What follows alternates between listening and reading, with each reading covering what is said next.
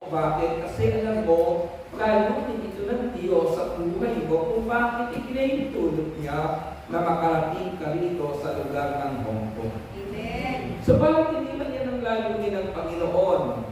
Gamitin natin ang ating physical na katawan upang maging mabuting halimbawa ng mga taong kikilala sa Panginoon. Yung buhay na mayroon ka, best example, na mayroon Diyos na nagbabago. Kasi nung unang panahon makaray ka, ngayon medyo nalalang. Nabawasan na, pero unti-unti yan. Hindi naman biglaan mga kapatid, pero ang importante, alam mo na ngayon, ang kailan kung bakit ka tinawag ng Panginoon. God expects us to use what is given to us for His purposes. At ang ikatlo, mga kapatid, paalala sa atin ang parable na ito.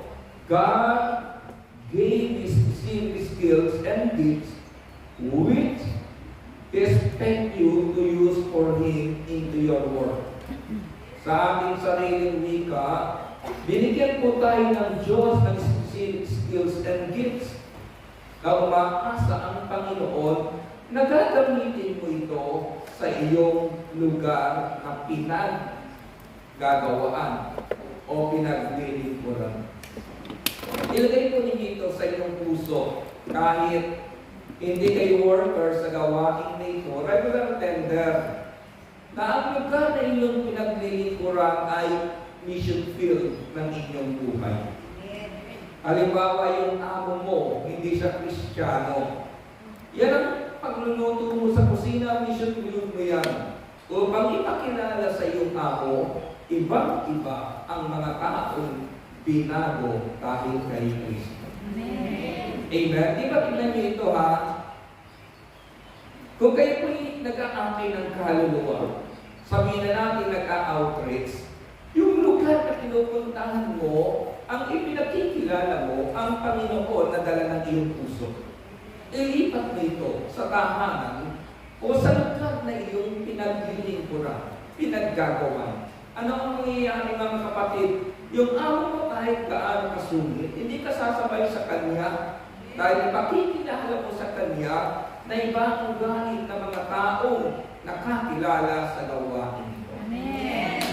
Amen. Kahit pagalitan ka, makikita niya ang iyong humility. Makikita niya na iba ang iyong ugali. Bakit? Kasi inilipat mo sa lugar na iyong ginagawa yung mission field ng iyong buhay. Kaya na kung naiintindihan niyo ako mga kapatid, mag-enjoy kayo sa mga taong nagpapainis ng buhay. Amen, amen. Mag-enjoy kayo sa mga taong nang-aasar sa inyo. Alam niyo kung bakit? Nag-challenge ang pagiging Kristiyano. Amen. Kapag may mga taong naiinis sa iyo, nagkakaroon ka ng internal reaction. Kakainis naman kong sister na ito, daldal. Pero kapag maalala mo ito yung mission ko, ang pakinggan siya, mag-enjoy ka na sa kadaldalan niya hanggang mapagod siya. Kapag napagod siya, tatahimik din yan mga kapatid. So, nag-enjoy ka na, nakapag-mission ka pa. Amen. Ika-apat ay ganito, God has given us talents and skills to multiply good in this world. Binibigyan tayo ng Diyos ng talent, ng skill, para mag-multiply. Sabi ng servant leader, na hindi namin makalimutan kung bakit po kami nag-duty noon. Sumasama sa kanya sa jogging, sumasama sa pagkain, umaakyat kami ng Tagaytay, kung saan pupunta yung servant leader, kung sino yung disciples na duty, kasama ko. Nakasama akong magpunta ng Bicol. Nakasama rin akong magpunta sa iba't ibang lugar nang ma-duty ako sa servant leader. Ang sabi niya sa akin o sa amin ay ganito, kasi nais kong isali sa inyo ang laman ng aking puso. Amen. Nais kong isalin sa inyo ang laman ng aking puso. Kaya kami mga preachers, mga kapatid, nais din namin isalin sa inyo ang laman ng puso na isinalin sa amin ng servant leader. At ang isang patunay, yung salitang humility. Kaya nga, kapag may mga workers na nagtatalo, naninitig na lang ako. Bakit? Hindi pa nasalinan ang kanilang mga puso. Pero kung nasalinan na ang puso mo, mga kapatid, uulitin ko po, iba yung ugali. Yan ang reason. Kailangan mag-multiply tayo. Kung yung tao sa mundo, kung titignan po ninyo, sa social media, manonood kayo, daming fake news. Okay lang yan kasi wala sila sa gawain ng Panginoon.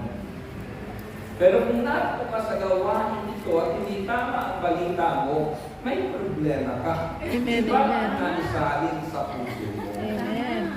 Amen. Amen. Kaya dapat mag-multiply tayo. Kaya natuwa ko yung Panginoon.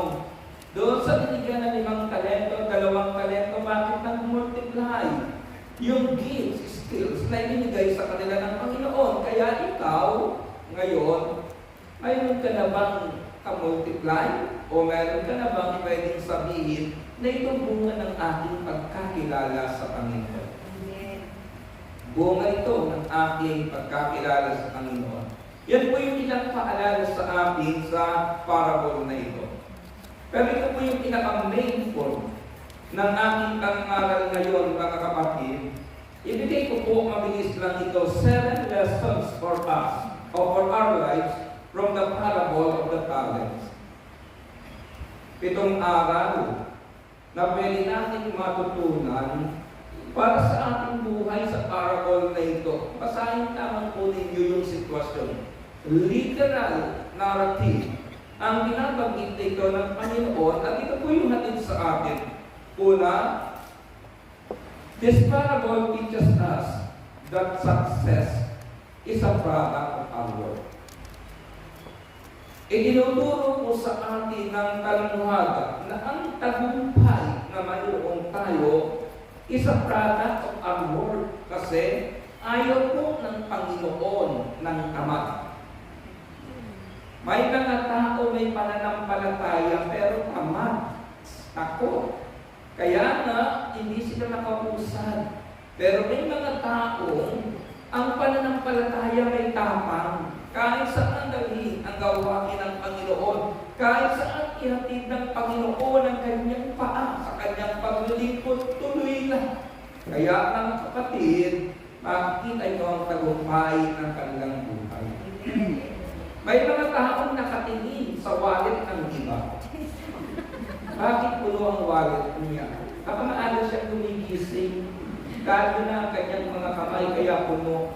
Samantalang ikaw, kaya laging hapit ang wallet mo, tanghali na tulog ka. Hindi ba mga kapatid sa Panginoon? Ilagay niya sa inyong puso. Ang parable na ito teaches us that success is a product of our work. Ang tagumpay na mayroon ka, produkto ng iyong ginawa. Yung kabiguan mayroon ng tao, produkto rin ng kanyang ginawang desisyon sa buhay. Amen. Kaya kung nagpapaaral ka ng anak at ikaw ay iniwan ng asawa, para hindi mariskaril ang buhay ng mga anak mo, huwag mong gayahin ang asawa mo. Sabi nung isa, ayon sa kanyang kaibigan Mare, nagbabae si pare, Manglalak. para makaganti ka. Ngayon, anong produkto? Kasawian ng iyong mga anak. Hayaan mo na yung mga taong di matino, na di magtino. Pero ikaw na nakinig ng salita ng Diyos, magtino ka. Dahil yung success na mayroon tayo, product yan ng mga bagay na ginawa natin. Yung nakikitay po ng nauna at ikalawa, product yan ng kanilang ginawa. Ikalawang bagay na itinuturo po ng parable na ito, God always give us everything we need to do what He called us to do. Ang Diyos ay nagbibigay ng lahat ng bagay na kailangan natin upang magawa natin ang mga bagay na nais niyang ipagawa sa atin. Isang blessing sa akin personal. By next month po, 2 years na ako rito sa Hong Kong. 2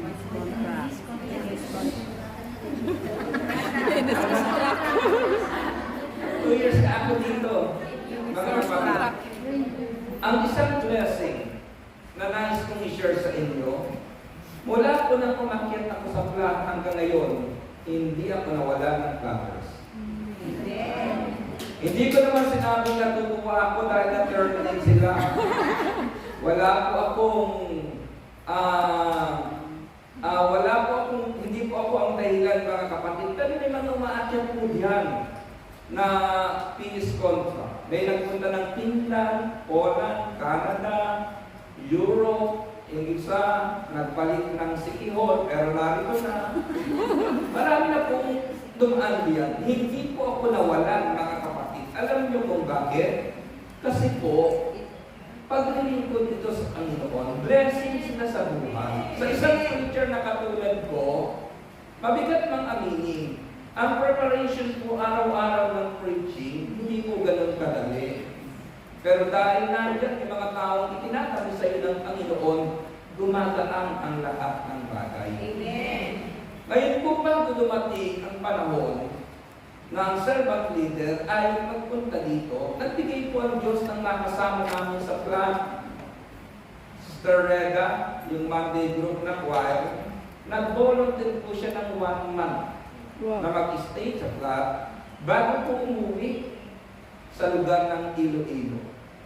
Yung kanyang pag-volunteer, malaking blessing sa buhay ko bilang lingkod ng Diyos.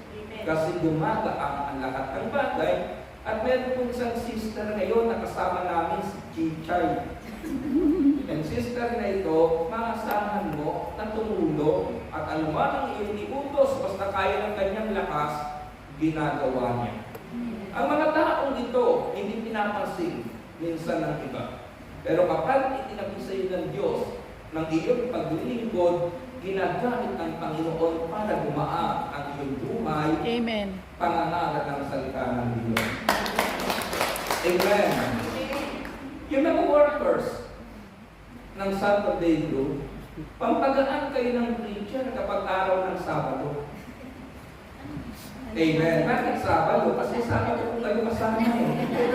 Yung araw ng linggo ng workers, pampagaan sila ng preacher kapag araw ng linggo. Amen. So, ibig sabihin mga kapatid, kaya makapag-i-stay ang preacher dito ng mahaba. Dahil may mga manggagawang katulad ninyo na nagpapagaan sa mga naglilingkod sa Panginoon. Amen. Kaya ang katotohanan, itinuturo po mga kapatid, ilagay nyo sa inyong puso. Ibinibigyan tayo ng Diyos na lahat ng bagay na ating kailangan upang magawa natin ang bagay na Kanyang ipinagagawa. Ikatlo, na aral na pwede natin matutuwa, we are not all created equal. Yan ang katotohanan, hindi po tayo pantay-pantay. Sa Pilipinas, kapag lahat tayo yumaman, walang magtatanim sa bukid. Amen. Amen? Pero tingnan ninyo ha, yung tahanan ng inyong amo, doon naglinis kapag naroon